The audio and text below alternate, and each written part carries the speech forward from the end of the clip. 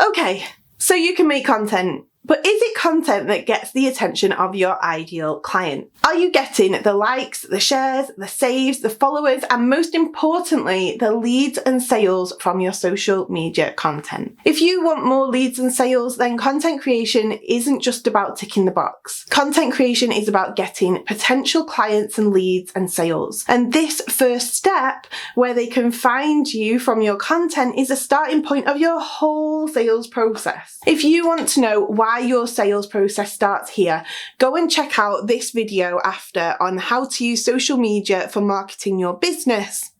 Attracting your ideal client at this beginning stage means that your ideal client is entering your sales process or funnel, and you are getting organic leads for free, and you know what would work well as a paid ad too. So what content is attractive to your ideal client? To answer that, let's have a look at where your ideal client is and what they are experiencing in this video, and what we can do to help them out and attract them to us. Make sure to like if this is helpful, subscribe for more videos helping you get more leads, sales and authority from social media in less time.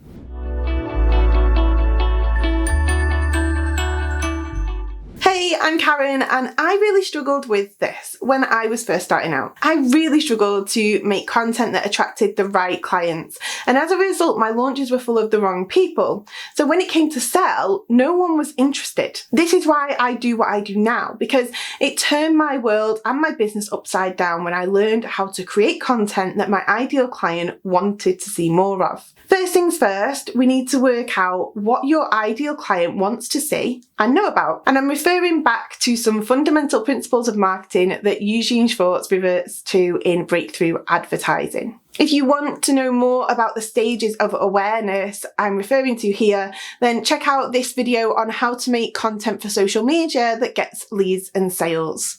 When you are meeting people for the first time in hashtags or Facebook groups or ads, they have not been exposed to your world. They probably aren't even aware that you have a solution to their problem, sometimes not even aware that they have a problem. So in these early stages, they're aware that they have pains and struggles, but they may not be aware what is causing that pain or struggle, or they may be aware of the problem causing the pain and struggle. So when we create content, we need to focus on the pains and struggles they're facing, or at very least the problem our ideal client is facing. This is to make sure we're attracting the people who we can help with our product, our course, our service, our coaching. When we do this, we attract only the people who need our help. Now, this doesn't mean being superficial. It means genuinely helping them remove roadblocks and educating them on how to overcome the struggles they are having. It means inspiring them to take action and motivating them into action. Because when you genuinely help people, we build the know, like, and trust factor with them. And this makes them more likely to buy our service or product because they trust us and that our product or service can do what it says it will. If you want a deep dive on know, like, and trust, check out this video later on. When you look at thought leaders in your niche, you will see a lot of information and how-to content, but not so much motivational and inspirational content. Yes, you may see the odd inspirational quote, but do you see any content that inspires them to take action? How do you feel when you are overloaded with information? Do you feel inspired to take action? I don't know about you, but I feel like I need to lie down and to go and write a plan of action when I feel like that. It's just not helpful, and that is not how we want our ideal client to feel, right? When we can show them what is in their way and how to overcome it, then we remove that blockage for them. Often, when we're stuck, it's not due to a lack of information, but because we have so many conflicting ideas in our head. Do you want to learn how to overcome these blockages for your ideal client? Great. Brandon Lucero has coined the term thought reversal to describe ways of overcoming limiting beliefs. But I learned this from James Wedmore. What you are doing when you are motivating your ideal client into action is you are helping them identify the belief that is getting in their way. So think about any common objections or misconceptions in your niche and the negative impact that is having on your ideal client when they believe that. And we want to show them that that's not right and that there's a better way, and help them understand the negative impact this belief is having on their life. Then we want to argue a case for what we are saying evidence that disproves what they are thinking right now about that belief. You may offer suggestions like, is that true 100% of the time? Or give examples of times when it is not true. Or using things like, well, isn't it more important to... If you want to know more about sleight of mouth patterns, there is a lot to learn out there, but I don't want to overwhelm you right now, as we were saying, so let's leave it at a couple for now.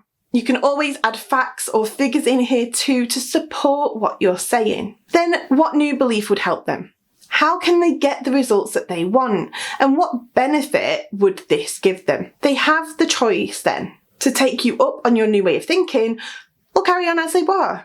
It's all up to them. When you adopt this way of creating content, you can use this in a caption or a carousel or a reel or a story. It doesn't matter how you present it because the underlying content is solid and will motivate those who need it into action. I actually had someone contact me about my 2021 content planning episode, saying that something had motivated her into action after knowing she should be planning but not doing it prior to watching that video. When we can help our clients in this way, they trust us to help them and we build our authority and our reputation with that client. And in the content mapping method, I have scripts that can be followed to ensure your content is hitting all three so that you educate, you inspire and you motivate in every single script that you write. So what misconceptions or actions are your ideal client taking that are not getting them results?